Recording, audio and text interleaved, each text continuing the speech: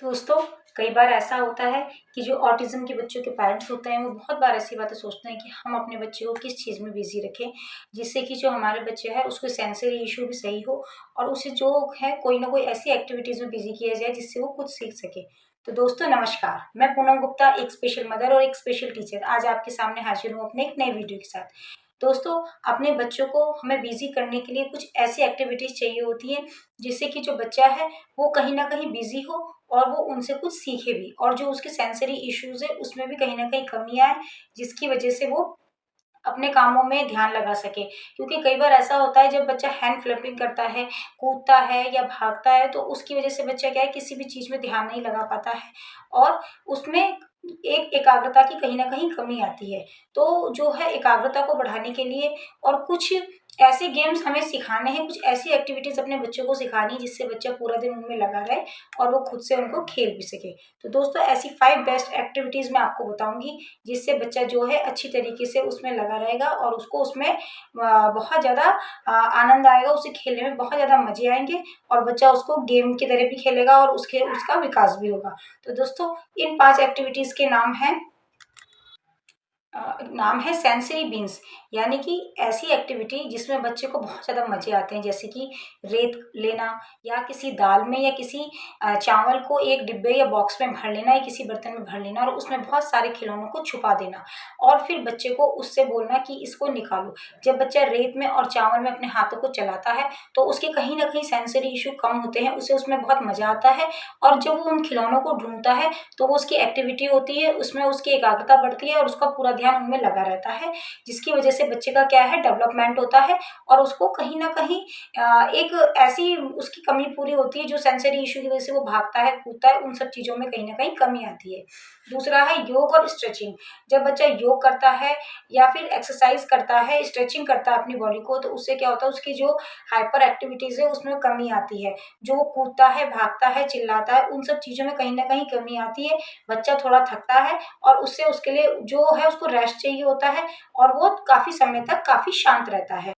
दोस्तों तीसरा है लोगो बिल्डिंग यानी कि जो प्लास्टिक के ब्लॉक्स होते हैं उससे भी हम बच्चों को बहुत अच्छी तरह खिला सकते हैं। ये ब्लॉक्स बहुत तरीके से आते हैं जिसमें बच्चा अपना टाइम भी इन्वेस्ट करता है और अपना माइंड भी लगाता है। उसमें छोटे-छोटे वो खिलौने बना लेता है, घर बनाता है, ये अलग-अलग तरह की चीज़ों को डेवलप करता है।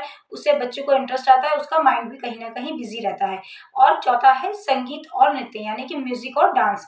जो बच्चे हैं इनको जब हम डांस कराते हैं तो दोस्तों उससे जो बच्चे की हाइपर एक्टिविटी है वो कम होती है, वो बिज़ी रहता है और उसको उसकी बॉडी जो है थकती है। और दूसरा है म्यूज़िक, म्यूज़िक तो एक बहुत अच्छी थेरेपी है, जिससे बच्चे का माइंड है वो रेस्ट होता है और कहीं न कहीं बच्चे को अपनी बॉडी को रिलैक्स करने में वो मदद करता है।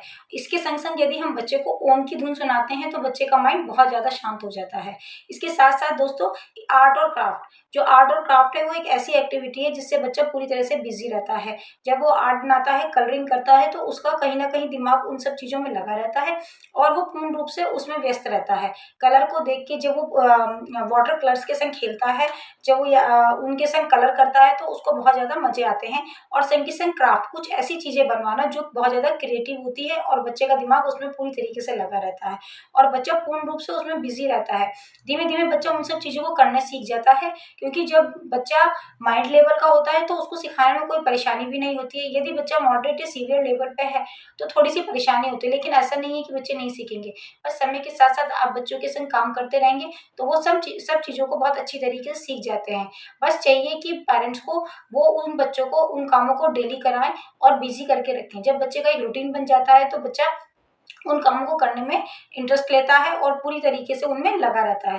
दोस्तों ये एक्टिविटीज़ इन बच्चों के लिए सबसे ज़्यादा कारगर हुई हैं। जब हम थेरेपी सेंटर में जाते हैं तो आपने देखा होगा कि बच्चों को कलरिंग वाली एक्टिविटी बहुत ज़्यादा कराई जाती है कि बच्चों को कलर्स में उनके हाथों को डुबो के उसको निशान लगवाना या फिर ब्लॉक्स वाली जो पेंटिंग होती है वो करवाना या बच्चों से हाथों से जो है ब्रश से कलर करवाना। इससे क्या है बच्चों को बहुत मज़े आते हैं और वो उसमें बिज़ी रहता है। साथ ही साथ जो सेंसरी इश्यू के लिए जो रेत के संग हम खेलते हैं, पानी के संग जो एक्टिविटीज़ कराते हैं अलग-अलग, उन सब चीज़ों से भी बच्चे का माइंड कहीं न कहीं डेवलप होता है और जब वो उनमें छिपे हुए खिलौने या और चीज़ें हैं उनको निकालता है, तो उसको खुद को भी बहुत ज़्यादा मज़े आते हैं।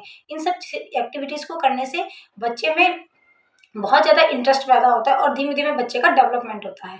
तो दोस्तों, अगर आपको मेरे ऐसे ही वीडियो पसंद आते हैं तो मेरे वीडियो को लाइक कीजिए, सब्सक्राइब कीजिए और शेयर कीजिए और साथ ही साथ कमेंट कीजिए। धन्यवाद।